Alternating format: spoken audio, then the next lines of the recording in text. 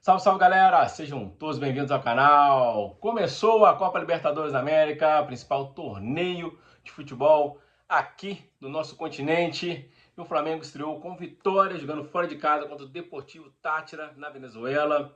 Grupo C, o Flamengo com a vitória é o líder, né, já que os outros dois adversários do grupo, Central Córdoba e LDU, empataram. O Flamengo é o líder com 3 pontos. Se vencer o jogo do próximo meio de semana no Maracanã contra o Central Córdoba, vai a 6 pontos, ficará tranquilo na liderança do grupo, ainda mais se do outro lado a LDU e Deportivo Táchira empatar ou a LDU vencer, o Flamengo vai estar ali tranquilo rumo à classificação para as oitavas finais. Bom, o jogo não foi um jogo muito bom, foi um jogo abaixo da equipe do Flamengo, até porque tem muitos desfalques, principalmente no meio-campo, onde o Flamengo sucumbe por não ter um cara que consiga dar aquele último passe, quebrar a linha de defesa. O Flamengo jogando sem meio-campo, com vários pontas sendo distribuído do meio-campo para frente, ou seja, sem ninguém para criar o jogo.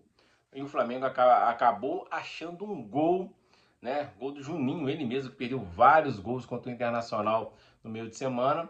Entrou no comecinho do segundo tempo e do seu primeiro toque na bola fez o gol do Flamengo após uma bela jogada pela esquerda do Cebolinha, cruzou na área, Bruno Henrique desviou no primeiro pau, encontrou o Juninho no segundo pau, livre para marcar de peito o gol da vitória do Flamengo, faz 3 pontos. O Flamengo não vencia fora de casa pela Libertadores desde o ano que conquistou o tricampeonato de 2022, onde na semifinal goleou o Vélez. Depois jogou 4 jogos em 2023, 3 na fase de grupo e oitavas de finais contra o Olímpia.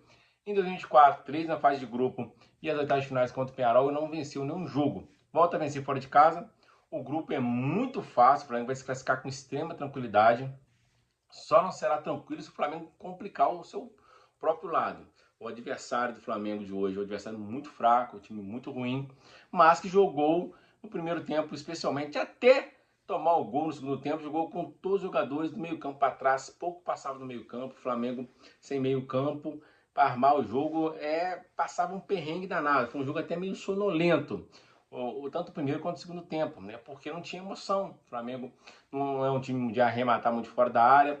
Criou até alguns lances no primeiro tempo, onde o Luiz Araújo saiu cara a cara, perdeu o gol. O Luiz Araújo fez uma jornada hoje não tão boa.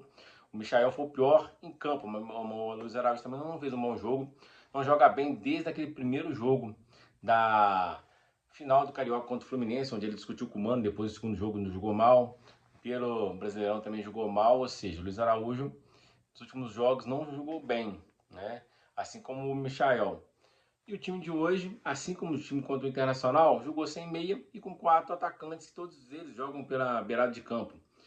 No contra o Internacional foi Juninho, Michael, Bruno Henrique e Luiz Araújo, ou seja, 4 jogadores de lado de campo. O Juninho também não é jogador de lado de campo, não é centroavante. Hoje, o Michael, Luiz Araújo e Bruno Henrique tiveram a companhia de Cebolinha e o Juninho foi para o banco. Depois o Juninho acaba entrando no segundo tempo, fazendo gol no seu primeiro toque na bola.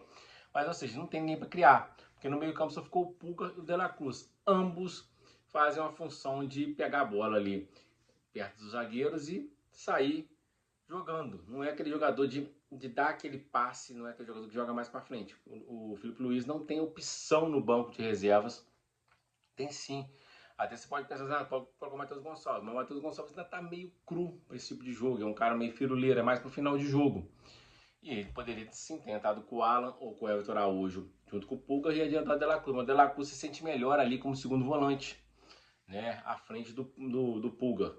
E o Flamengo também sentiu demais a falta do Wesley e do Alexandre. O Wesley que sequer viajou para a Venezuela e o Alexandre que foi poupado entrou no segundo tempo junto com o Juninho. O time até melhorou, porque a fase do Ayrton Lucas é ruim e o Varela é um lateral mais de defesa, né? E o Flamengo, apesar de ter um time melhor, um time mais caro, um time mais qualificado, sofreu para poder tentar furar a retângulo do Deportivo Táchira, que simplesmente jogou para empatar, só saiu para o jogo, depois tomou 1-0, e no final do jogo o Flamengo, em vez de ficar com a bola, tentar fazer o segundo gol, fazer o time do Deportivo Táchira correr, porque tem mais qualidade, tem mais jogador para poder controlar a bola ali, tocar de um lado para o outro, acabou entregando a bola do Deportivo Táchira, e que quase chegou ao gol de empate. Teve 2 grandes chances.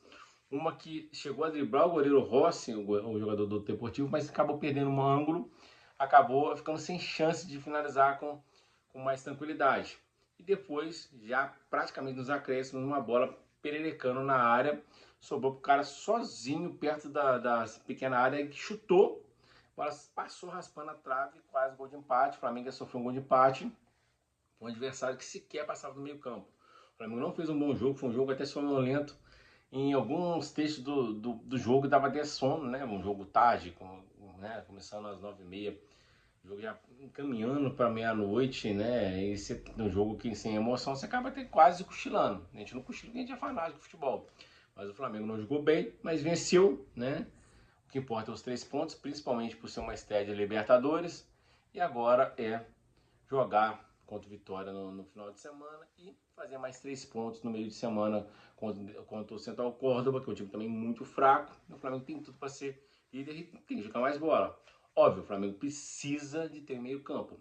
Com o Gerson e o Arrascaeta voltaram lesionados da data FIFA, o Flamengo não tem ninguém para poder jogar ali. O Flamengo precisa contratar um meio campo urgente, já com o Arrascaeta vive machucado e o Gerson não é aquele meia construtivo. O Gerson é um jogador mais de retenção de bola, fazer uma tabela ali com o Wesley, né? Ele joga um pouco mais avançado que o De La Cruz, do que o Eric Pulgar, mas não é aquele meio de criação.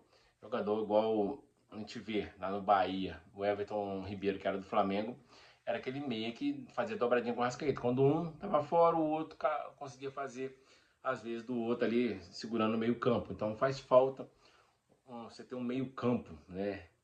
Aquele jogador 10 ou 8 que consegue armar o jogo. O Flamengo só tem aquele meio campo, né? Mais de retenção de bola, desarme, pegar a bola com os zagueiros e distribuir para o meia.